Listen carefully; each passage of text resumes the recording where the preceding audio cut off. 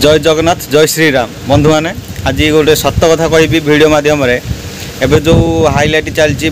माने भाइराल हो चाष और चाषी को लेकिन आलू रेट बढ़ीगला सब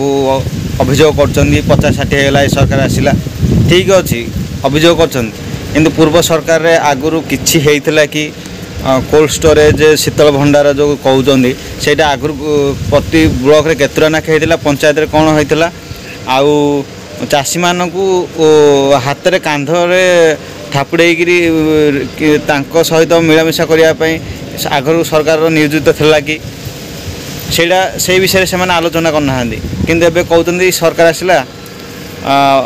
कहे जनता कहे 60-70-80 टका है आलू सेटा से बुझुना से समय 10 वर्ष 12 वर्ष तले जनसंख्या केतिकी थे आउ प्रति 10 जन केत चाष करते आउ 2024 प्रति 10 जन केत चाष कर बुझुना से समय 100 जन 60-70 जन चाष करते माने 80 भाग चाष करते 2024 80 भाग खाऊ बाहर जाई पैसा रोजगार कर खाऊ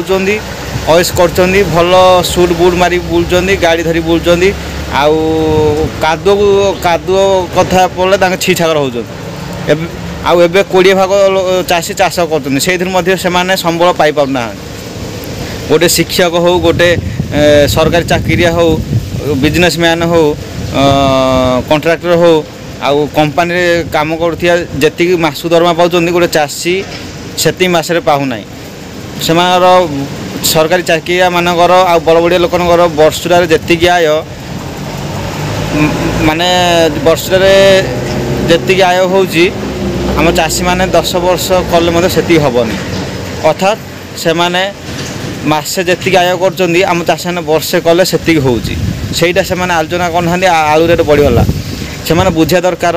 आग जी लोक चाषबास नियोजित होते कम करते पैसा बोली धन संपत्ति बोली किसी से जानू न केवल गोटे जीवन बचापी से गोटे मनोबल था एवं 2024 20% चाषी कर सरकार सहायतार आगुरी 25 वर्ष तक कौ सरकार कहन कि तुम ये बोनस दिहब ये तुम चाष कर चल तुम लस है तुम क्षेत्र में आम देवु भरण पोषण देवु से कौ सरकार कहनी कौ कोल्ड स्टोरेज करनी माने शीतल करनी गछ तो रखिले आम आत्मनिर्भरशील हो पार बोली यहाँ कहले बाधुची समस्ते कहते खाली सस्तार खाऊ मागणार खाऊ खाली धन संपत्ति खाली पेड़ खाली रखबू खाली खोलिकी खाली देखू आम पैसा ये अच्छी रखिले धन्यवाद।